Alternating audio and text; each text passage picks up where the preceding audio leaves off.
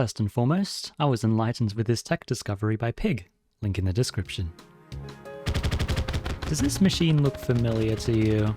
It doesn't work anymore, but it's a foolproof iframe machine. Now that it's patched, vanilla and modded players are forced to wade through the sorrowful expanse of game content regularly. Unless... Gravistar Sabaton is an item in Calamity which was recently reworked to be a carbon copy of this one from Risk of Rain 2.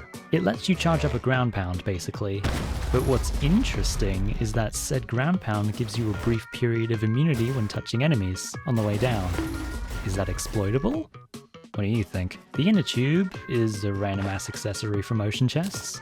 It lets you float in water. This rarely sees use except for... well, okay, most of its uses I've seen are for cheese devices, and this is no exception. Combine the Sabaton Slam with the floating of the inner tube, and suddenly the game traps you in a perpetual state of Sabaton Slam, which, as mentioned earlier, when hitting enemies on the way down, grants you iframes. Yeah. So naturally, one would think to build a contraption which keeps you in a constant state of intangibility. And what, may you ask, would this power of infinite immunity be useful for? I'm glad you asked. I would never no-hit get fixed boy Supreme Calamitous, even on a good day. So I thought I'd just cheese it, give it just about as much respect as it deserves. So there is one catch with this method of infinite immunity. The enemies in your box need to stay alive. They're the ones refreshing your iframes after all. So your weapon choices are super limited. No excessive homing, nothing that explodes, but most of all, no weapons that fire projectiles from your character.